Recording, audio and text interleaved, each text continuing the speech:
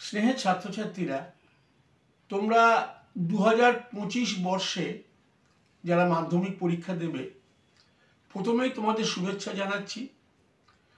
আশা করছি জীবনের প্রথম প্রবেশিকা পরীক্ষায় তোমরা সফল হবে। তোমরা ইতিমধ্যে পরীক্ষার জন্য পুরোপুরি প্রস্তুত আমি জানি। আমি তোমাদের ভারাক্রান্ত করব না।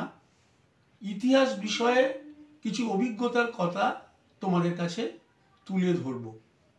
তোমরা জানো, পর্বভিত্তিক বা বিভাগ ভিত্তিক যে নাম্বার বিভাজন, প্রথমে ক বিভাগ 20টা প্রশ্ন থাকবে, বহু বিকল্প ভিত্তিক উত্তর, যেটাকে এমসিকিউ বলে, সেই 20টারই উত্তর দিতে হবে।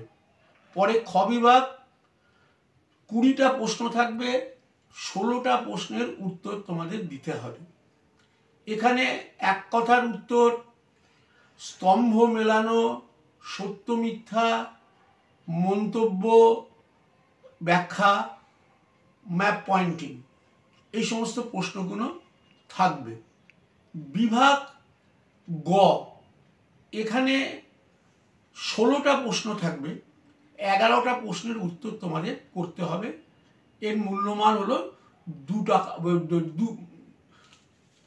2 নম্বরের প্রশ্ন। এটা আগেরগুলো 1 নম্বরের, এটা 2 নম্বরের প্রশ্ন। এরপরে তোমাদের 4 নম্বরের প্রশ্নের উত্তর লিখতে হবে, যেটা ঘ বিভাগ, ক খ গ, ঘ বিভাগ। 4 নম্বরের প্রশ্ন, 4টে উপবিভাগ থাকবে, তার মধ্যে প্রতিটা বিভাগে 2টো করে প্রশ্ন থাকবে। 8টা প্রশ্ন, 6টা প্রশ্নের উত্তর দিতে হবে। প্রতিটা বিভাগ থেকে ন্যূনতম 1টা প্রশ্নের উত্তর দিতে হবে। এরপরে শেষ যে বিভাগটি, সেটা তোমরা জানো যে 8 নম্বরের কোশ্চেন। 8 নম্বরের কোশ্চেন প্রথম অধ্যায় থেকে আসবে না এবং শেষ 8ম অধ্যায় থেকে আসবে না। মাঝের অধ্যায়গুলো থেকে প্রতিটা 2টোতে 1টা করে, অর্থাৎ 2-3-এ 1টা, 4-5-এ 1টা, 6-7-এ 1টা, 3টে প্রশ্ন থাকবে। 1টা প্রশ্নের উত্তর তোমাদের দিতে হবে।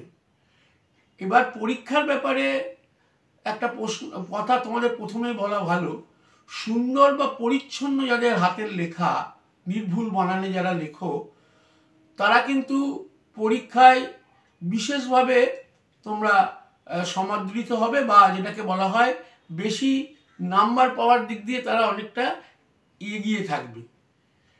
কিন্তু সাধারণভাবে সকলের ক্ষেত্রে আমি বলবো যে তোমরা গোটা গোটা অক্ষরে ফাঁকা ফাঁকা করে মার্জিন দিয়ে স্পষ্ট করে প্রশ্নের উত্তর লিখবে, এবং একটা প্রশ্ন থেকে আর একটা প্রশ্ন লেখার সময় ফাঁক জায়গা রাখবে, যেন একটার সঙ্গে একটা মিশে না যায়। এবং প্রতিটা ক্ষেত্রেই বিভাগ উল্লেখ করবে এবং প্রশ্নের নাম্বার কিন্তু স্পষ্ট করে উল্লেখ করবে, যাতে পরীক্ষক যে তোমাদের খাতা দেখবে তাদের মধ্যে যেন কোনো রকমের বিভ্রান্তি না থাকে। এবার তোমাদের স্পষ্ট করে যেটা বলবো, তোমরা পড়েছো, তোমাদের ক্লাস 10-এর বই যে খুব মোটা বই তা তো না। সেই বইটা ভালো করে না পড়লে তোমরা এমসিকিউ বা একদম বলা যেতে পারে 2 নম্বরের প্রশ্ন পর্যন্ত, এগুলো প্রতিটা প্রশ্নের ক্ষেত্রেই বইটা ভালো করে পড়ার কোনো বিকল্প নেই। পাঠ্য বই সেটা তোমরা পড়েছো, এবং দেখবে পাঠ্য বইয়ে কোনো কোনো বিশেষ সাল বা ঘটনা, সেটাকে কিন্তু মোটা অক্ষরে ছাপানো আছে, সেগুলোকে আরও ভালো করে একবার লক্ষ্য করবে এইটা। আর ম্যাপ পয়েন্টিংয়ের ক্ষেত্রে তোমাদের যেটা বলবো, যে নির্দিষ্ট কিছু ম্যাপ পয়েন্টিং 12 থেকে 15টা আছে, এবং তার মধ্যে দেশীয় রাজ্য, আন্দোলন বিদ্রোহের কেন্দ্র এবং বিভিন্ন বড় শহর, এগুলোর মধ্যেই কিন্তু প্রতিবার ঘোরাফেরা করে। এগুলো তোমরা লক্ষ্য করলেই এবং এটা ম্যাপ পয়েন্টিংটা তোমরা সঠিকভাবে করতে পারবে। এ ব্যাপারে অনেকের একটু অবহেলা থাকে, তাই স্পষ্ট করেই বললাম। আর যেটা বিশেষ করে বলার, একটাই বড় প্রশ্ন ব্যাখ্যামূলক 8 নম্বরের কোশ্চেন, তার আবার 2টো ভাগ থাকে, 4-4-8ও হতে পারে, 5-3ও হতে পারে। 2টো অংশের জন্য আলাদা করে তোমরা কিন্তু নাম্বার পাবে। যাই হোক, মোট 8 নম্বরের কোশ্চেন। এইটা লেখার ক্ষেত্রে দেখেছি যে অনেক ছাত্রছাত্রীর একটা অনীহা থাকে এবং এখানেই ডিফারেন্স করে দেয়, মানে পার্থক্য করে দেয়, যারা ইতিহাসে প্রচুর নাম্বার পায় আর যারা একটু তাদের তুলনায় কম নাম্বার পায়।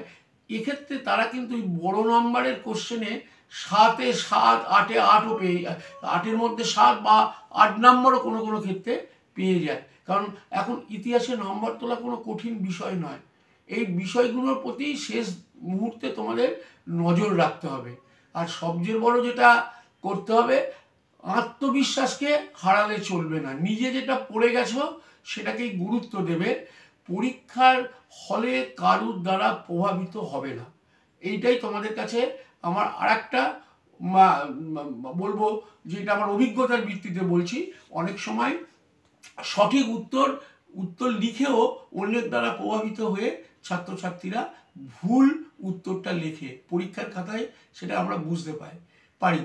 এখন যেটা বলবো যে পরীক্ষাটা তো একটা কৌশল, সেইটা পরীক্ষার উত্তরপত্রটাকে একেবারে সুন্দরভাবে সাজাতে হবে এবং সেইটার ব্যাপারে তোমরা আগেই বলেছি যে পরিচ্ছন্নভাবে উত্তরপত্রটা সাজাবে। এবং এক্ষেত্রে তোমাকে বলবো যে তোমরা নিশ্চয়ই এবিটি এর যে টেস্ট পেপার, সেটা দীর্ঘদিন ধরে মাধ্যমিক পরীক্ষার্থীদের সহায়তা করছে, তার বিভিন্ন যে বিষয়ের, আমি সব ক্ষেত্রেই বলবো, সেগুলোকে তোমরা নিশ্চয়ই প্র্যাকটিস করেছো।